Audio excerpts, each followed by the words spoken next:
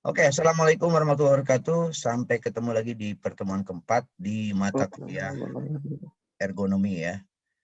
Oke, kita akan langsung ke materi.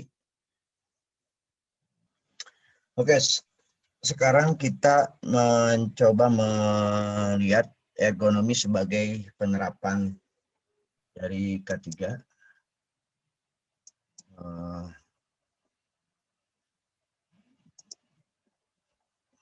Pertemuan keempat ini. Nah, sebentar. Oke. Jadi menurut Redley John 1983 yang dikutip oleh Bobby, itu kesehatan keselamatan suatu kondisi dalam pekerjaan yang sehat dan aman baik bagi pekerjaannya, perusahaannya maupun masyarakat lingkungan sekitar pabrik atau tempat kerja tersebut. Jadi kita identifikasi dulu arti dari K3 itu. Jadi kalau kita lihat dari definisi K3, sebenarnya intinya bagaimana kita bekerja secara aman baik perusahaan, pekerjanya, dan masyarakat lingkungan. Dan juga dari secara umum sih kecelakaan diartikan sebagai kejadian yang tidak dapat diduga. Jadi namanya kecelakaan itu tidak dapat juga, jadi tidak direncanakan, tidak tiba-tiba terjadi dan mengakibatkan kondisi yang sangat merugikan bagi pekerjanya dan perusahaan dan semuanya ya, semua pihak. Maka perlu ada satu identifikasi atau kecelakaan apa yang mungkin yang bisa terjadi pada suatu kondisi pekerjaan sedang berlangsung. Ya, tujuan utamanya pasti adalah menghilangkan terjadinya resiko tersebut sehingga tidak terjadi kerugian yang sangat fatal. Ya. Nah, keselamatan kerja ini memang merupakan dua hal yang tidak dapat dipisahkan. Karena gini, sama aja kalau misalnya ergonomi kan lebih kepada kenyamanan orang bekerja sehingga tidak terjadi penyakit atau sesuatu yang tidak diinginkan pada saat. Oh, kalau ini kan udah ya sebenarnya. Ini kita lanjut langsung ke, kalau nggak salah itu kita terakhir di masalah kelelahan. Ini udah. Nah, jadi inti dari yang kemarin itu kan kita ada sistem kerja angkut barang itu ternyata memiliki batas-batas program yang memang harus diperhatikan ya, sehingga termasuk bagaimana cara mengangkut juga. Kalau misalnya kita mengerjakannya ngangkutnya itu dari langsung bawah, itu akan memiliki resiko dibanding kita ngangkutnya itu dari yang ada mejanya gitu ya. Sehingga itu terjadi kalau kita tetap tidak memperhatikan hal itu, maka terjadi satu kelelahan.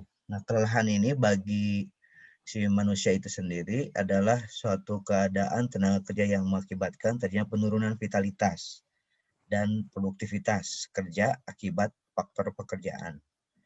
Jadi karena terus-menerus sehingga mengakibatkan penurunan vitalitas. Sehingga lelah, sakit, akhirnya perusahaan bisa menanggung itu. Si perusahaan tidak bisa mengerjakan karyawannya secara maksimal, sehingga biayanya akan lebih besar. Nah, jenis-jenis kelelahan ini ada beberapa macam. Kelelahan otot, yaitu berkurangnya tekanan fisik. Jadi kekurangan fisik, semakin rendahnya gerakannya sangat lamban misalnya, ataupun gerakannya terpatah-patah atau tidak fleksibel seperti dia sebelumnya ya.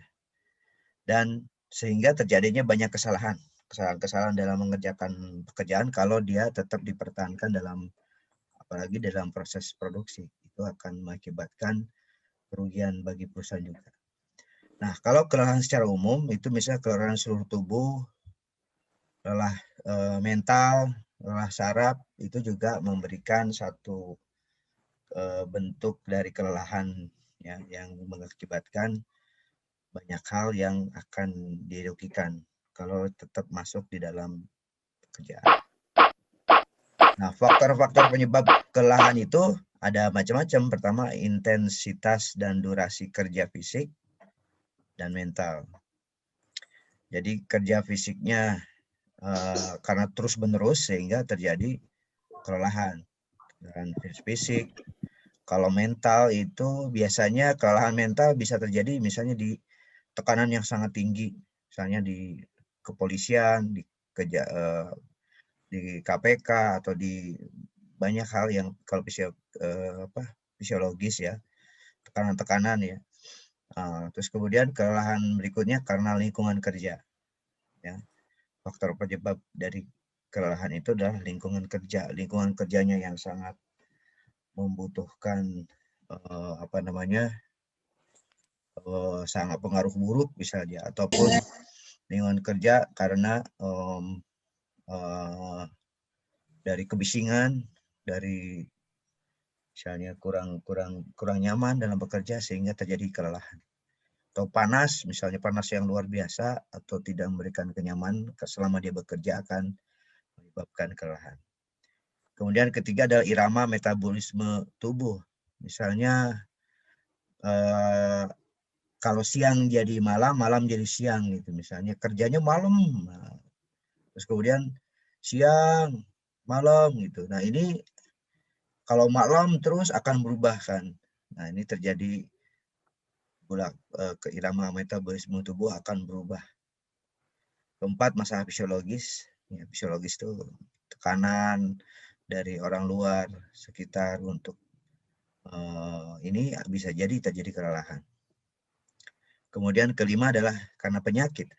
Penyakit ini yang terus-menerus dan menaun itu akan menyebabkan kelelahan juga. Keenam adalah bisa juga karena gizi. Ya, gizi yang tidak diberikan pasokan gizi yang bagus akan menyebabkan kelelahan.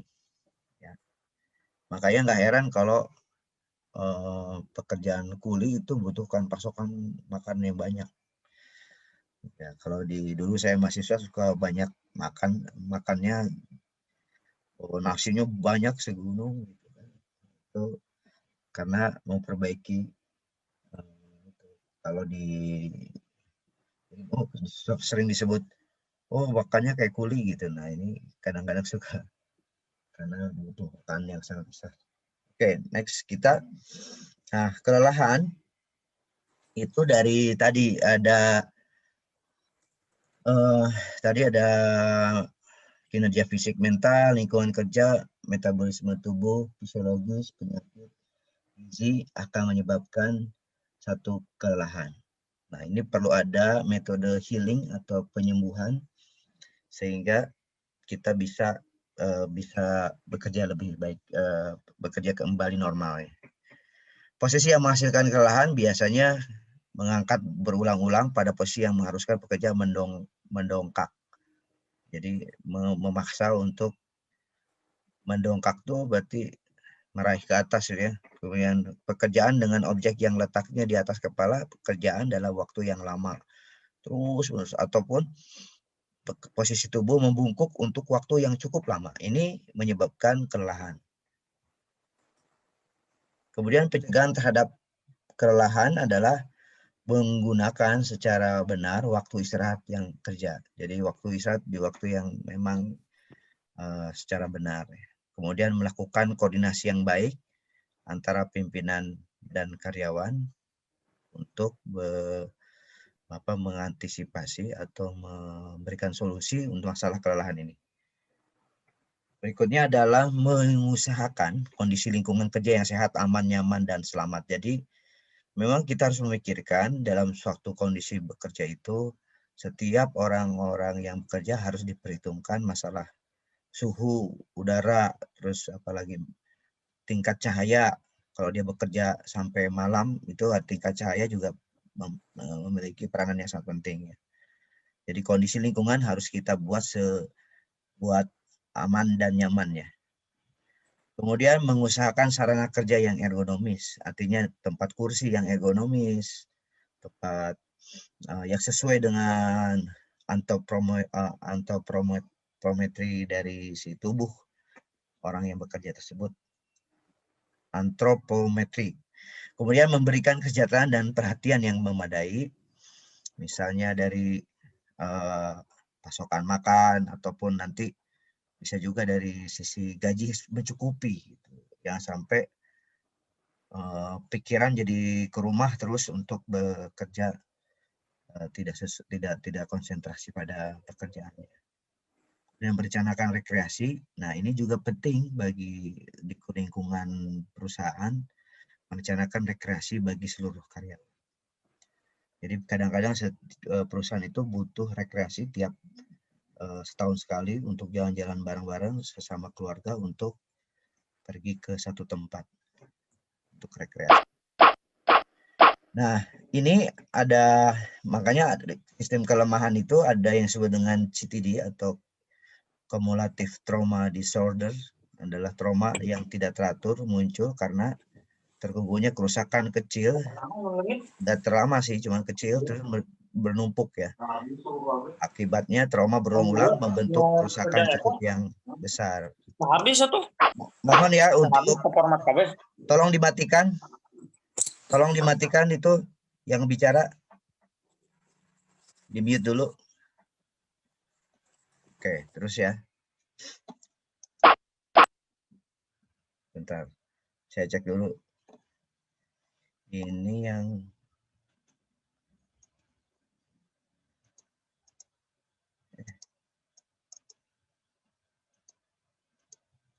kok nggak jalan ya? Meeting. Stop.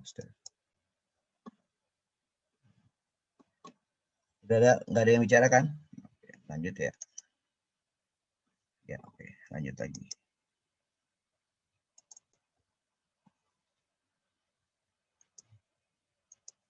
Saya ulang ya. Jadi inti dari CTD ini adalah cumulative trauma disorder ini, kesalahan sedikit-sedikit tapi menumpuk menjadi besar. Sehingga terjadi ini akibatnya terjadi beberapa timbul karena overexertion, proses penggunaan yang berlebihan.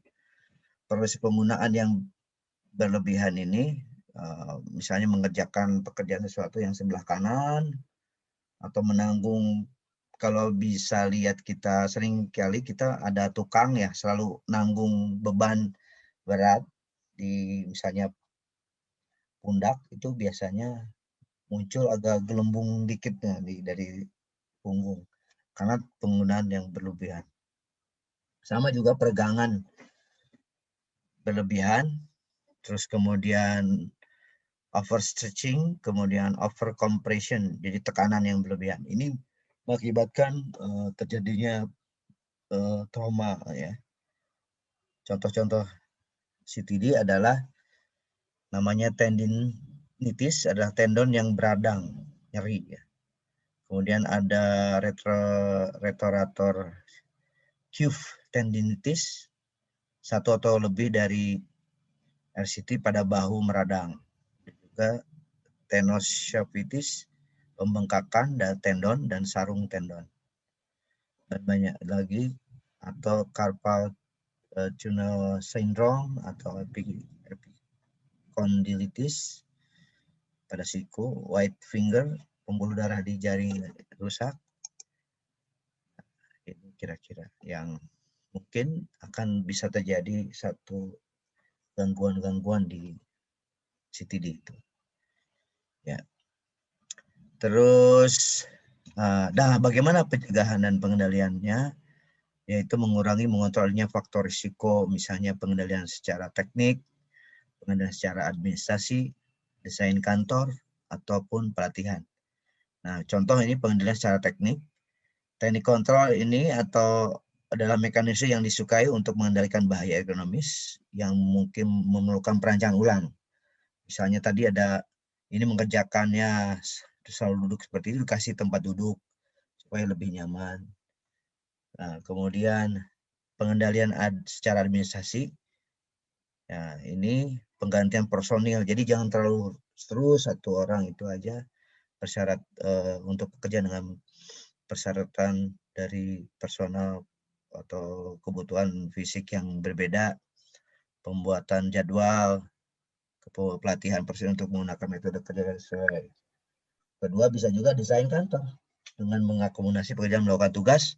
Nah, beberapa perusahaan kalau ingin mendorong ini dibuat, misalnya contoh perusahaan Google, perusahaan apalagi yang IT terutama, itu kantornya tidak seperti kantor biasa. Kantornya dibuat kayak rumah, terus kemudian ada tempat main, ada biliarnya, tempat rumahnya, tempat kerja itu kayak tempat rumah, ada tempat duduk biasa, ada meja.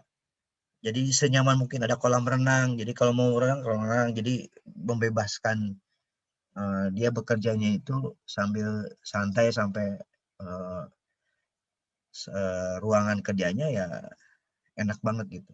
Ada tempat permainan, tempat apa. Tapi sambil dia bekerja gitu. Karena dia butuh kreativitas. 4 adalah pelatihan. Juga dibuat setting kepada manusia untuk buat pelatihannya. Pelatihan harus memungkinkan setiap orang mengendalikan faktor risiko, mengambil prosedur yang digunakan untuk meminimalkan risiko. Jadi pelatihan ini diperlukan untuk mereka biar tahu well know terhadap apa pekerjaan yang akan dilakukan.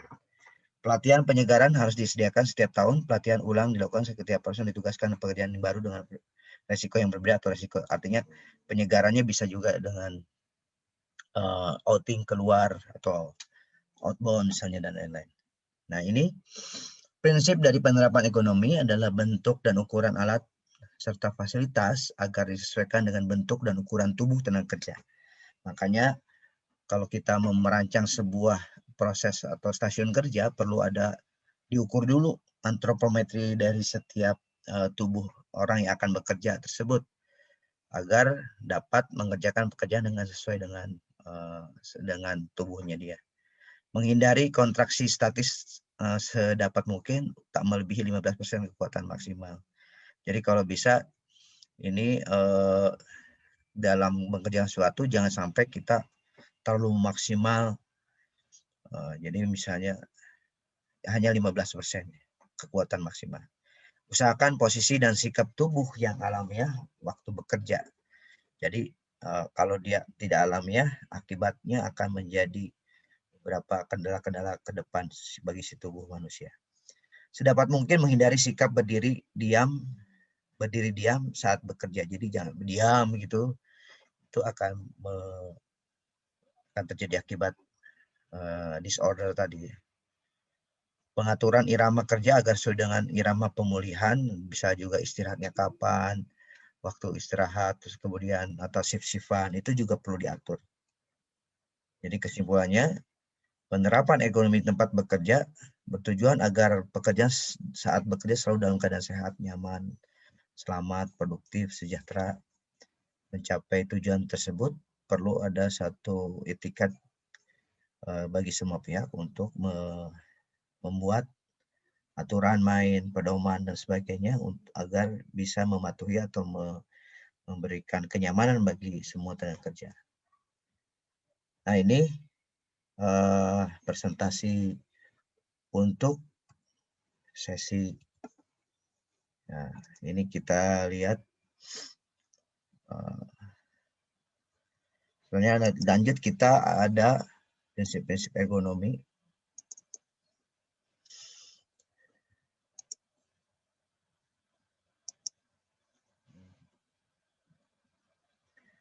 Ini sepertinya, jadi sebenarnya ergonomi itu sebenarnya dapat diterapkan di mana saja.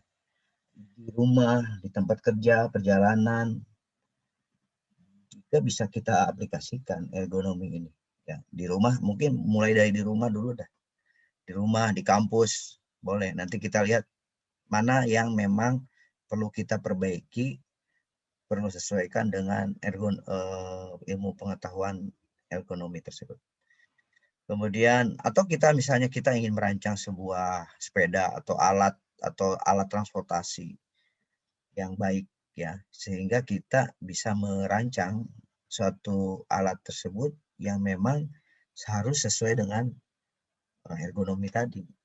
Jadi jangan sampai kita merancang sebuah alat atau suatu alat transportasi ternyata pada saat dipakai tidak nyaman. Nah, ini juga akan menjadi masalah ke depan. Kemudian kapan ergonomi itu ya selama 24 jam di mana aja bisa kita lakukan atau bisa kita amati selama 24 jam. Setiap individu maupun kelompok, jadi siapa aja yang harus mengaplikasikan, semua pihak, semua orang, termasuk dari bayi juga harus kita amati supaya bayi juga merasa nyaman gitu. Nah, bagaimana kita mengaplikasikan? Jadi memang aplikasi ini semua ilmu, semua dasar ilmu teraplikasikan di ergonomi ini. Ya, tadi ini tujuannya sudah ya, meningkatkan kesejahteraan fisik, meningkatkan kesejahteraan sosial, dan menciptakan keseimbangan rasional berbagai aspeknya. Jadi aplikasinya macam-macam, ergonomi, engineering, teknik ya, physical science, kemudian biological science, autonomi dan fisiologi, kemudian ada social behavior science, sosial fisiologi, antropologi. Nah, ini bagus juga ini kita melakukan riset social behavior science, melihat dari tingkah laku dari manusia jika memiliki atau berhadapkan pada satu situasi tertentu. Oke, jadi konsep dari keseimbangan ekonomi adalah ini ada work capacity, jadi harus kapasitas dari kerja harus sesuai dari personalnya, fisiological dan biomekanikalnya. Kemudian permintaan dari tugasnya atau permintaan penugasannya itu harus sesuai dengan material karakteristik, task force atau task place karakteristik, organisasi karakteristik, environmental karakteristik. Kemudian ketiga adalah performance, ditentukan oleh kapasitas kerja, kemampuan kerja, dan tuntutan tugas juga harus sesuai dengan kemampuan ya. Jadi keseimbangan. Nah, jika ada tuntutan tugas, kemampuan kerja, jangan sampai terjadi overstress, discomfort, atau ketidaknyaman, lelah, cedera, celaka, sakit, produktifnya menurun. Untuk itu, jika tuntutan penugasan itu, kalau tadi jika tuntutan tugasnya lebih besar dari kemampuan kerja, itu kalau ini jangan sampai terjadi overstress. Tapi kalau tuntutan tugasnya kecil tapi kemampuan kerja lebih banyak, bisa juga under stress, bosan, lesu, tidak produktif. Jadi kemampuannya lebih banyak, itu harusnya diberikan satu penugasan yang lebih besar ya. Jadi bisa saja kita lakukan riset misalnya secara satu karyawan, satu pekerjaan, itu nanti ada tes masing-masing karyawan. Apakah Anda merasa stres? Kalau dia nyebut stres, berarti tuntutan kerjanya lebih banyak dibanding kemampuan kerjanya. Tapi kalau dia bosan, lesu, tidak bersemangat, itu berarti artinya tuntutan kerjanya lebih kecil dibanding kemampuan. Jadi kemampuan kerjanya lebih banyak. Ini bisa saja kita pindahkan kepada tantangan yang lebih besar lagi. Harapannya adalah antara tuntutan tugas sama dengan kemampuan tugas. Ini bisa jadi riset juga sih sebenarnya. Jadi kita bisa melakukan pengukuran keseimbangan ergonomi dari setiap karyawan, dikasih diskusi atau dikasih formulir, dikasih survei lah, kita survei.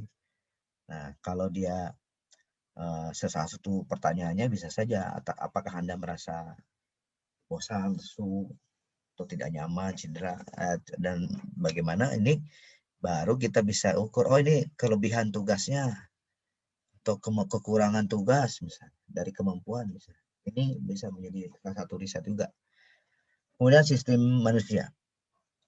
Subsistem manusia kita perlu perhitungkan, kita perlu amati lebih dalam bahwa di dalam sistem manusia itu ada sistem pernafasan, pencernaan, peredaran darah, penginderaan, kerangka, otot, dan syaraf. Ya. Nah, dari setiap itu ada sub-sub-sub-sistem. Misalnya ini ada mata, telinga, hidung, lidah, jantung, paru-paru, dan lain-lain. Nah, jadi manusia merupakan faktor penentu yang dipengaruhi oleh internal faktor dan eksternal. Dari semua sistem tersebut sangat dipengaruhi oleh faktor tadi, internal maupun eksternal. Nah, faktor internal itu faktor somatis itu dihubungkan dengan misalnya dia wanita apa laki-laki, kemudian umurnya berapa, ukuran tubuh berapa, kondisi kesehatan, status gizi itu menjadi pengaruh terhadap kemampuan personal. Kemudian ada faktor psikis, itu kepercayaan, motivasi, keinginan, kepuasan, dan lain-lain. Itu bagian dari internal factor yang mempengaruhi kemampuan si pekerja. Ya. Kalau eksternal faktor itu misalnya jenis pekerjaannya apa dulu, peralatannya yang dipakai apa, bahan bakunya, proses produksinya, pembagian kerjanya, istirahatnya kapan, lingkungan kerjanya, itu juga akan mempengaruhi faktor eksternal. Jadi internal plus eksternal faktor, nah perlu memperhitungkan pendekatan ergonomi, maunya ergonominya seperti apa supaya ini bisa mempengaruhi. Nah, kapasitas kerja itu merupakan gabungan dari ketiga tadi, kemampuan, kebolehan, keterbatasan.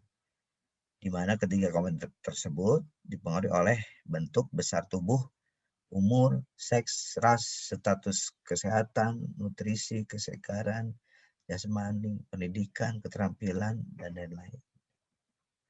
Nah, bentuk besar tubuh, semakin besar dan panjang ukuran otot, semakin banyak dan panjang jumlah serat otot yang menyusunnya, sehingga kemampuan kerjanya semakin besar. 1 cm otot menghasilkan tenaga 4 kg gaya. Besar dan otot dipengaruhi oleh faktor keturunan, gizi selama pertumbuhan, latihan, dan lain-lain. Nah, cara kerja otot adalah statis ataupun dinamis. Nah, efisiensi kerja otot ditentukan oleh adanya koordinasi antar otot, susunan syaraf, dan panca indera. Nah, kontraksi otot bisa stimulus, itu asetylkolin, aktin, dan miosin menghasilkan aktomiosin dan terjadilah kontraksi. Kalau kerja statis, dia diam saja, itu tegangan bertambah tetapi panjangnya tetap. Pembuluh darah terjepit bisa saja terjadi, eksogen ke otot terganggu, menghambat perubahan asam laktat menjadi glukosa, sehingga terjadi. Halo, ini tolong dimatiin ya, mute. Wah.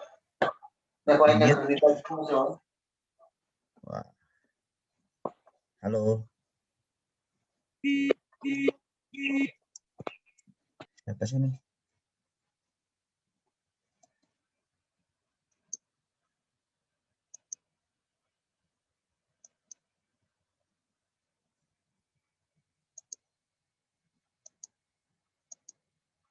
Siapa ya?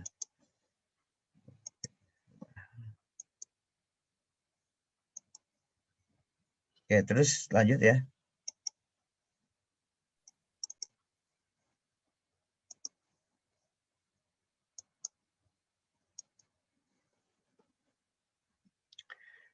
Faktor umur dan seks. Kapasitas kerja mencapai puncak usia 25 tahun sampai 30 tahun.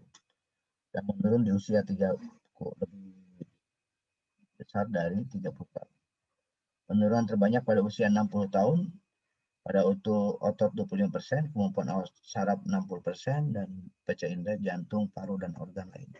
Jadi pada 60%. Kapasitas kerja laki dan perempuan atau laki dan wanita berbeda karena perbedaan sistem hormonal, kultur, pendidikan, kebiasaan. Faktor ras ini sangat beda juga. Setiap suku bangsa mempunyai reputasi tersendiri pada jenis pekerjaan cocok karena perubahan yang terjadi secara evolusioner dan akhirnya bersifat hereditary.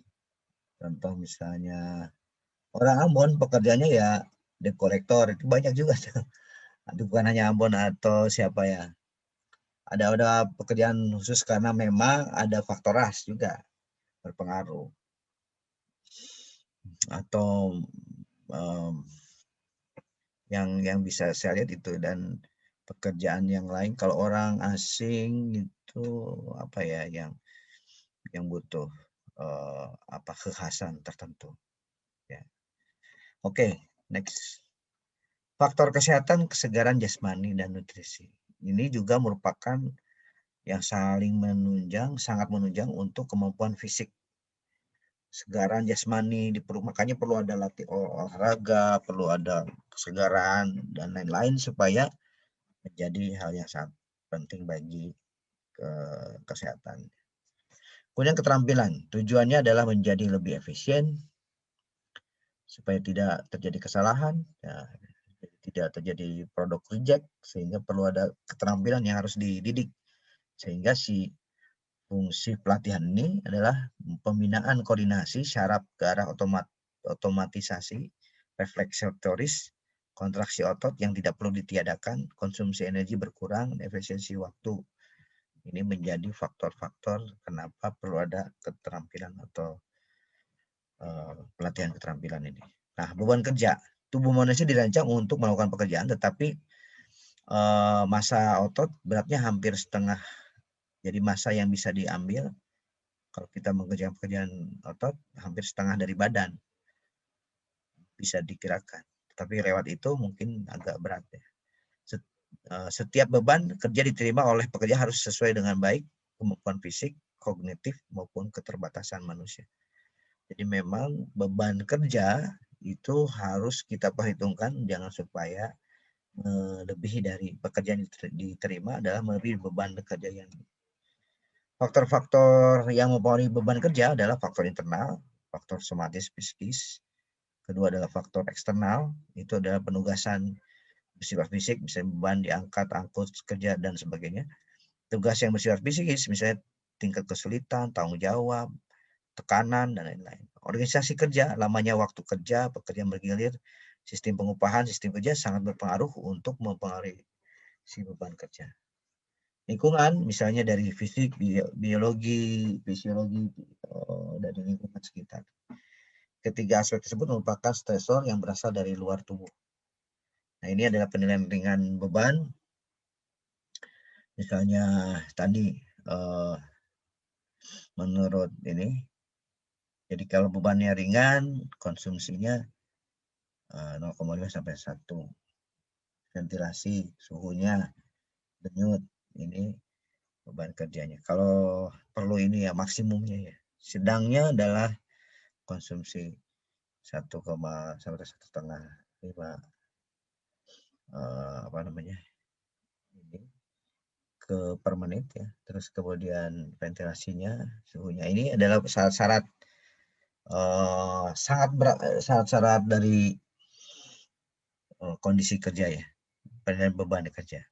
Kalau sangat berat itu membutuhkan denyut nadi sekitar di atas 175, suhunya 39 ya.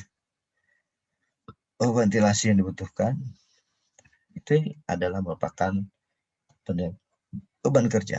Beban kerja berdasarkan kebutuhan kalori, misalnya kerja ringan tuh butuhnya cuma 100 sampai 200 kilokalori per jam. Beban kerja di atas 200 kilokalogram, kemudian pekerja berat ada 350 sampai 500. Kebutuhan dan pengeluaran energi ya adalah energi yang dikeluarkan tubuh pada saat bekerja. Cara penentuannya tidak langsung, yaitu dengan mengukur penggunaan oksigen. 1 liter oksigen rata menghasilkan 4,8 kilokalori langsung menggunakan kilometer. Jadi bisa ada pengukurannya. Kemudian menurut RDA itu dibuat easy test, yaitu patokannya dalam perhitungan dalam suhu 25 derajat Celcius. Laki-laki sehat umur 25 bebannya 55 kg maksimum. Wanita sehat umur 25 bebannya 47 kg. Ini jenis kegiatannya ya. Ringan tuh berapa, laki-laki 5 kg, ringan 2400 kilokalori dibutuhkan, sedang 280, kalau berat 390, 3900. Kalau wanita 1900 kilokalori, sedang 2200 kilokalori, dan berat 3100 kilokalori. Itu maksimumnya. Contoh misalnya laki dengan beban kilogram ringan memerlukan energi sebesar beban misalnya 50/55 dikali 2400. Contoh ini laki-laki ya. Laki-laki beban ringan dengan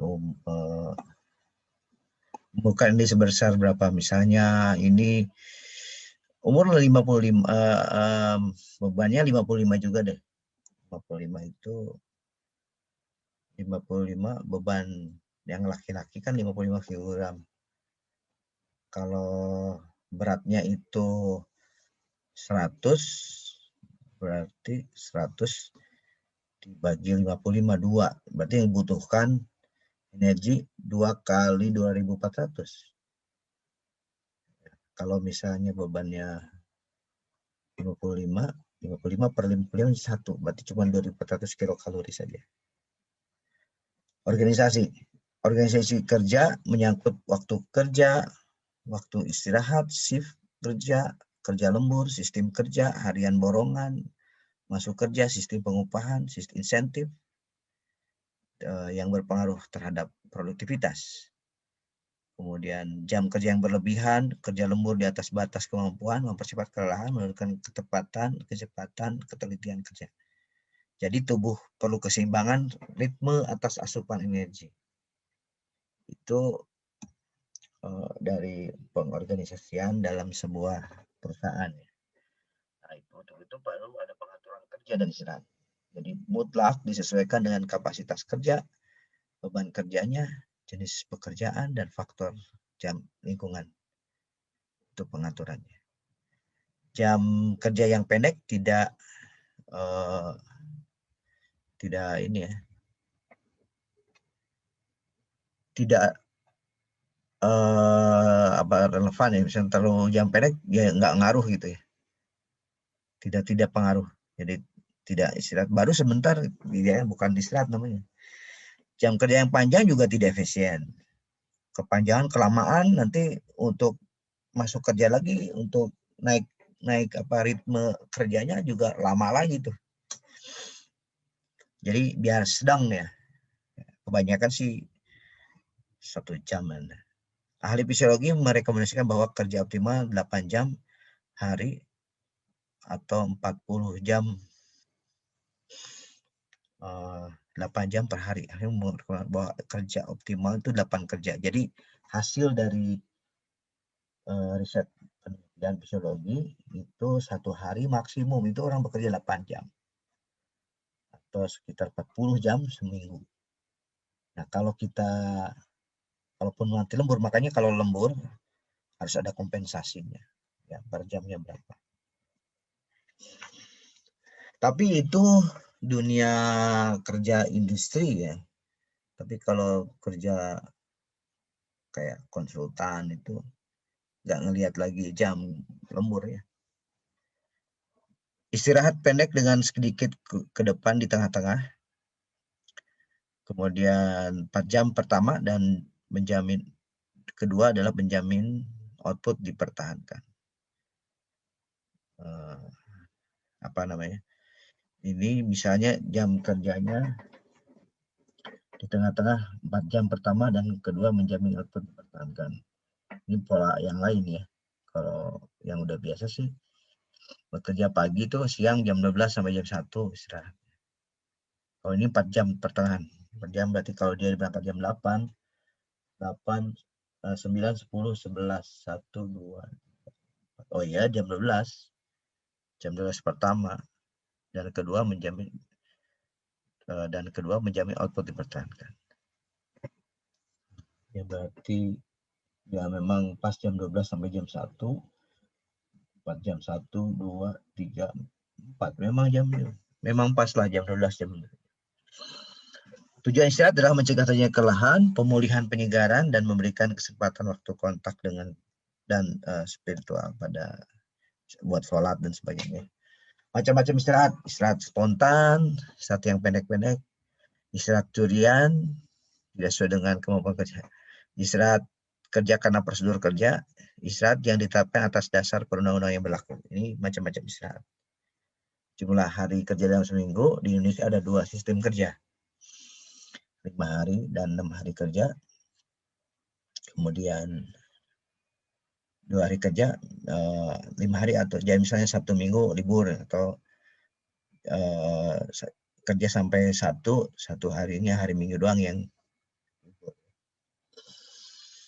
Sistem 5 hari kerja, keuntungannya mempunyai 2 hari libur untuk aktivitas sosial rekreasi. Di Amerika produktivitas meningkat 1,5 sampai 16,1%.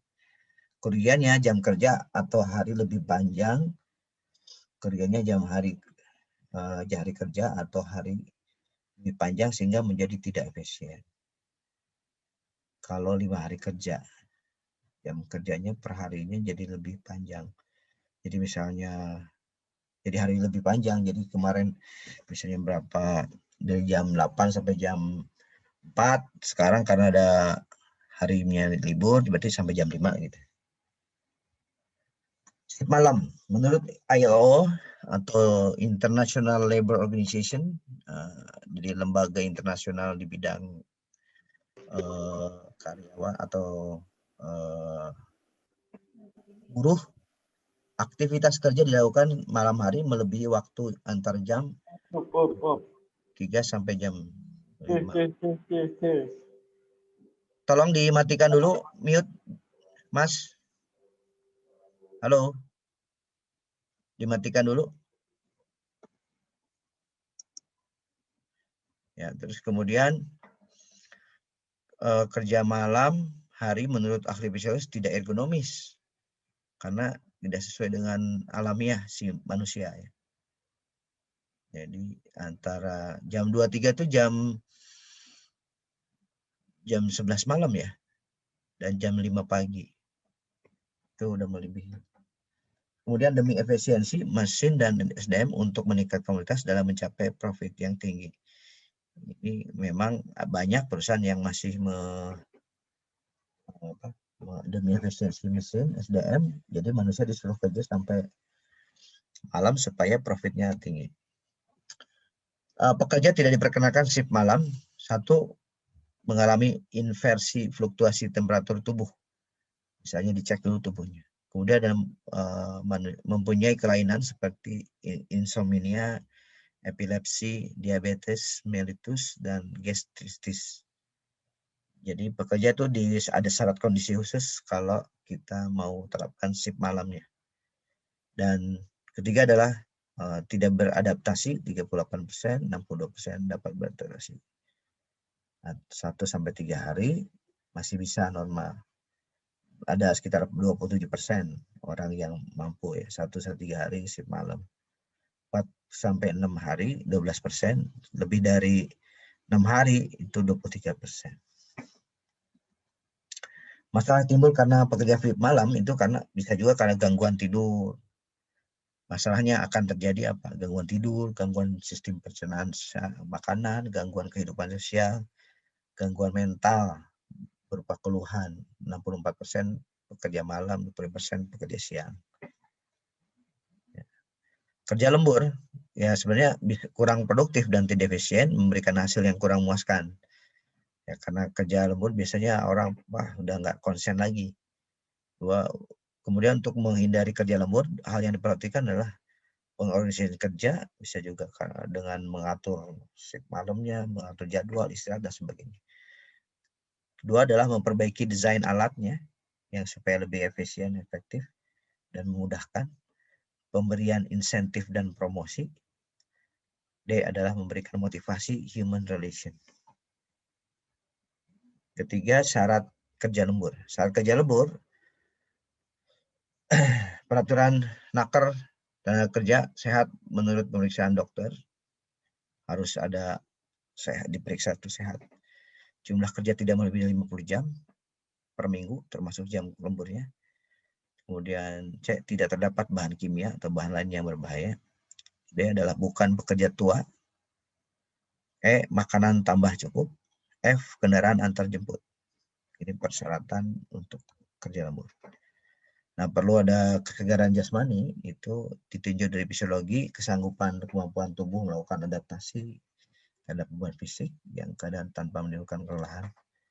Kemudian definisi lain tentang kesehatan jasmani adalah kemampuan untuk melaksanakan tugas sehari-hari dengan giat dan waspada tanpa mengalami kelelahan yang berarti masih tersisa kapasitas untuk menikmati waktu menghadapi hal-hal yang tak terduga. Perlu ada satu kegiatan yang menumbuhkan jasmani itu kembali segar lagi. Itu bisa dengan olahraga, dengan refreshing dan lain-lain. Ya. Oke, komponen kesehatan jasmani bisa karena bisa nutrisi yang perlu dipasok, komposisi tubuhnya, kecukupan istirahat, kekuatan otot, ketahanan otot, dan kardiovaskular, kecepatan atau kelenturan tubuh. Ini perlu diperhatikan. Faktor-faktor yang paling kesejahteraan jasmani adalah kesegaran jasmani adalah umur, jenis kelamin, kondisi kesehatan, olahraga, faktor genetik. Bagaimana menguji kesegaran dari jasmani adalah menghitung nadi, ya. Pembebanan maksimum untuk dewasa muda sekitar 200 per menit. Di bawah, di atas dari 40 itu adalah 170 per menit. Nah, berat ringannya pekerjaan ditentukan oleh selisih antara nadi kerja dengan nadi sebelum kerja, waktu pemulihan. Nah, itu biasanya olahraga terus selalu diukur dulu sebelum terus kemudian ini juga kalau misalnya bekerja, lihat dulu nih apa nadinya. Kelemahan biasanya ada denyut nadi dipengaruhi oleh emosi, sikap tubuh, merokok, dan lain-lain. Nah, ini yang bagi yang perokok perlu dievaluasi lagi untuk kesegaran dari jasmani. Keuntungan adalah denyut nadi mencerminkan beban tambahan, kerja otomatis statis dinamis, dan mencerminkan beban tambahan. Jadi kalau semakin bebannya tambah tinggi, denyut nadinya semakin cepat. Ya, ini yang bisa jadi ada perusahaan-perusahaan dalam kondisi pekerjaan tertentu itu mensyaratkan seseorang itu adalah bebas rokok. Contoh untuk menjadi beberapa pekerjaan disyaratkan bebas rokok ada, ya, pekerjaan khusus.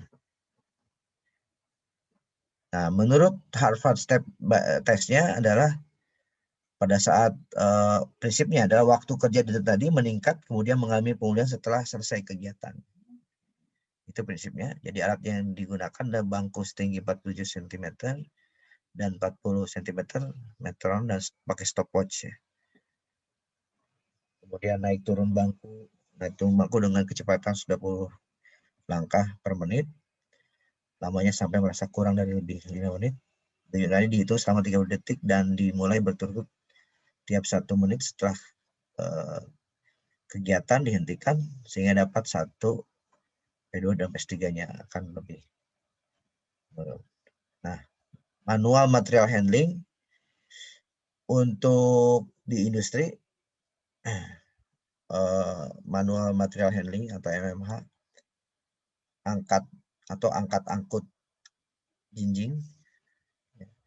Ada 3 hal yang diperhatikan adalah tugas variabelnya adalah accessibility, benda yang dapat dijangkau, ukuran dan bentuk objek, ketinggian, berat, jarak tempuh, ada tidaknya pegangan, posisi kerja normal atau tidak, dan frekuensi lama dan waktu.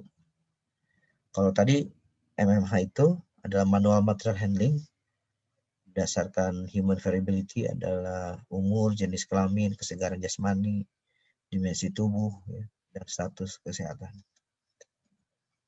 Jadi MMH ini, manual material handling ini, environmental variables, bisa panas, bisa bisingnya, ini persyaratannya, dilihat dari ukur vibrasi, debu, kabut, ventilasi, ruang kerja, hubungan dengan kerja lain dengan manajemen. Nah, ini adalah persyaratan truk angkut. Nah, ini laki-laki itu sisi rata atau maksimum 20 kg, 14 sampai 18 kg. Sisi ratanya tajam itu 14 kg, 15 kg juga. Beban akut 2 orang jarak dekat 90. Kalau beban akut 2 orang ini laki-laki ya 45.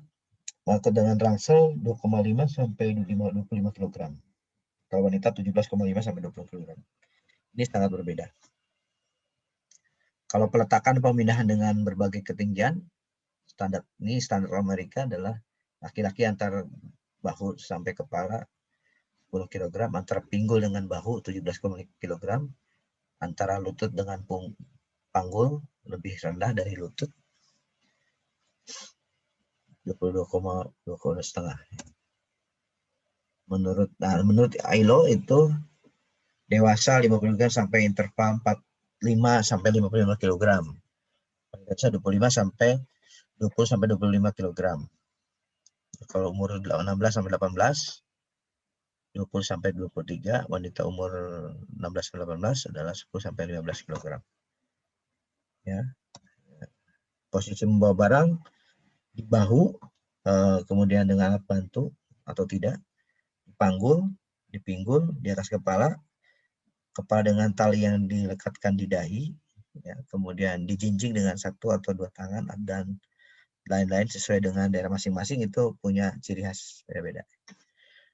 Beban kardiovaskular atau faktor-faktor yang diperhatikan adalah keadaan iklim, status gizi, pembebasan maksimalkan dalam waktu yang singkat, pembebasan fisik tidak melebihi 1,5 kapasitas kerja maksimum. Parameter praktis untuk menentukan kemampuan kerja maksimum adalah nadi kerja 30 sampai 40 menit per jam, ya. Pengukuran denyut nadi 3 kali dan berhenti. Terus kemudian ini adalah batas amannya diperkirakan 110 denyut nadi dan seterusnya. Nah, cara angkat yang ekonomis adalah mula-mula berjongkok kalau ada di bawah, ya. Mencari posisi imbang dengan terbuka, merapatkan badan ke arah benda. Saat benda akan terangkat, punggung harus lurus agar kepala dan tidak cenderung membungkuk. Terus cara mengangkatnya, langkah mengangkat dengan pegangan tangan kuat, tangan yang ditanggung oleh tulang otot. Kemudian langkah terakhir meluruskan badan ke bagian atas sehingga lurus dengan kaki. Nah, bila seorang tenaga kerja mengangkat barang sambil membungkuk, tekanan terbesar terjadi pada daerah pinggang, sehingga akibatnya gaya ungkit. Terus ini ada keluhan MSDS, keluhan muskuloskeletal itu dirasakan bisa ringan sampai berat. Ya, ini biasanya sering dikeluhkan adalah otot rangka, leher, bahu, lengan, tangan, jari, pinggang. Penyebab MSDS peregangan berlebihan, cedera otot tanpa rekreasi dan sebagainya adalah penyebab MSDS. Mencegahnya MSDS, rekayasa teknik eliminasi, substitusi, kemudian atau ventilasi. Itu rekayasa teknik. Rekayasa manajemennya diklat, pengaturan waktu kerja, pengawasan, insentif. Ketiga adalah pemakaian APD, alat pelindung diri. Fatigue itu terjadi, fatigue itu kelelahan, ya. Secara fisiologis, kemampuan otot sistem penyerapan untuk kerja merupakan mekanisme perlindungan tubuh menghindari kerusakan. Terjadi fatigue, aneka keadaan yang sangat menurunkan efisiensi ketahanan dalam bekerja. Dan perubahan dari kelelahan adalah tata kimia dalam otot, jadi penimbunan sampah, metabolisme dan fungsi persyaratan, rasa lelah, kelambatan waktu rekreasi, reaksi, daya persepsi menurun, kemampuan bekerja menurun. Gejala kelainannya otot, yaitu tenaga untuk konsentrasi menurun, waktu laten atau waktu rekreasi dan kontraksi bertambah, berkurangnya koordinasi gerakan otot, tremor. Sistem saraf Sistem persarafan juga mengalami perubahan, yaitu berkurang enzim-enzim lambat kerja syaraf, kelelahan kronis, sakit kepala, sulit tidur, bahkan badan lemah. Kelelahan dapat dikurangi dengan kepemimpinan, motivasi terhadap keluarga, mengurangi permasalahan keluarga, kemudian organisasi kerja, istirahat, rekreasi, dan lain sebagainya. Dan kemudian peningkatan kesejahteraan. Jadi sangat luas sekali ya. Penyebab kelelahan diatur lingkungannya, intensitasnya, permasalahan fisiknya, rasa nyeri penyakitnya, nutrisi, dan monoton. Cara mengatasinya adalah desain ulang kapasitas kerjanya harus sesuai, kemudian desain ulang stasiun kerjanya atau lingkungan kerja, sehingga kerja yang alami, kerja lebih dinamis, reorganisasi kerja, kebutuhan kalori seimbang, penambahan jam istirahat pendek, dan pemberian snack. Nah, cara uji kelelahannya adalah reaksi pemanjangan waktu reaksi menandakan kelelahan. Kemudian flicker vision test adalah kecepatan persepsi cahaya. Subjek detektif melihat sumber cahaya frekuensi 0,5 sampai 6 Hz. Kemudian kedip indikator sampai subjek merasakan cahaya berkedip seperti matahari yang kepala. Dari sisi. Kemudian elektroencephalogram mengukur gelombang getaran dalam otak. Rasa letihan, lesu, lemah, ngantuk, motivasi kerja menurun, terasa pesimis. Itu uji lelah. Tes koordinasi efisiensi gerakan fisik, gerakan tangan, tes mata, tangan. Nah, itu merupakan dari berbagai macam kelelahan. Oke, ini merupakan presentasi yang keempat. Ada pertanyaan?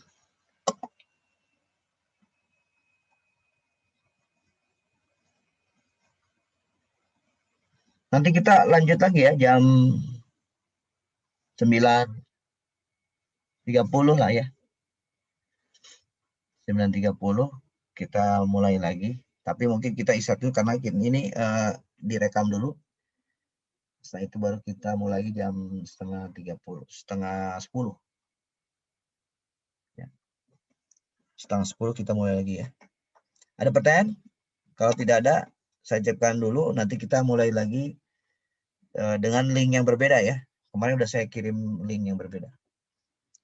Silakan istirahat dulu sampai jam 9.30. Atau mau jam 10? Jam 10, Pak. Jam 10 aja ya. Oke, jam 10 aja kita mulai ya. Istirahat 1 jam ya.